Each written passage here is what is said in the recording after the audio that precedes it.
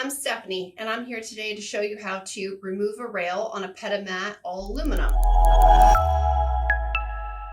For that, we're going to need a 3/32 hex tool.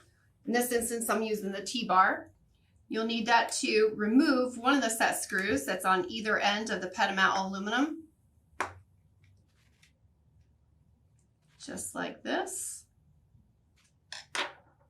Once you have the set screw removed, you easily slide the rail off.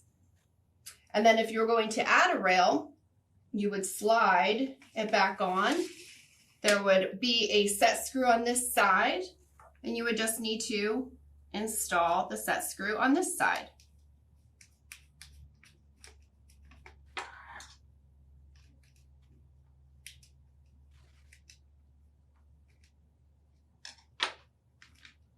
And it's that easy. And that'll do it. For another tips and tricks.